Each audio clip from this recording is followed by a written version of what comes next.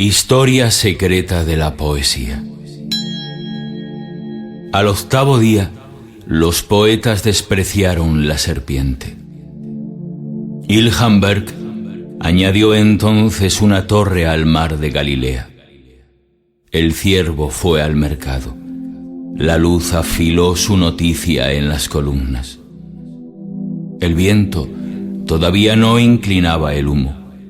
No había moscas en el matadero. Al día siguiente, el cuello de las floristas se alargó hasta el primer centenario. La tierra se desnudó. Ilhan pensó en todas las cosas que no había hecho.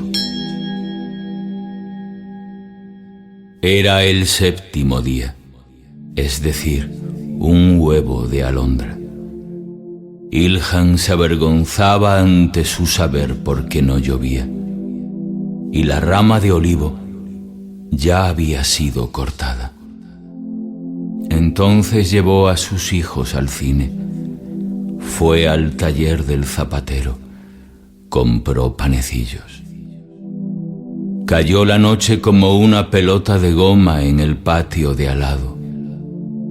Ilhan la recogió y la puso en la puerta del sexto día para que jugara Ibi, Leila y Hamed. Así fue. Llegó el quinto día preguntando dónde vendían pescado.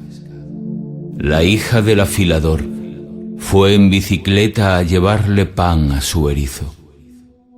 Las rosas salieron del aburrimiento. El amarillo eligió su oficio.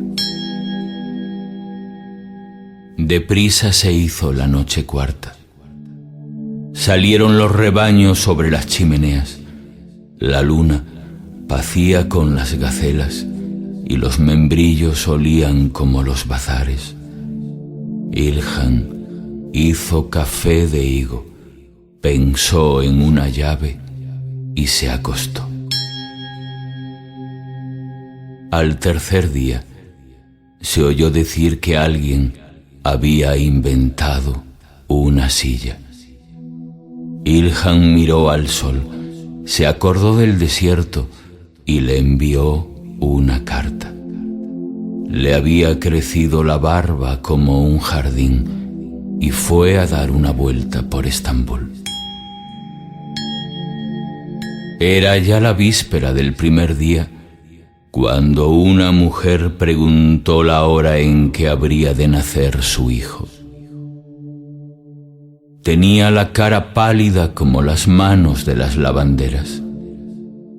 Eso quiere decir que alguien podía hervir agua y regar los geranios al levantarse. También ir a una isla y regresar. Ya casi era hoy. Las gallinas cantaban. Sus patas eran azules como la historia de un viaje contado en la cantina. Puede oírse el cielo, dijo. Al día siguiente, Ilhan se puso una camisa blanca y descansó.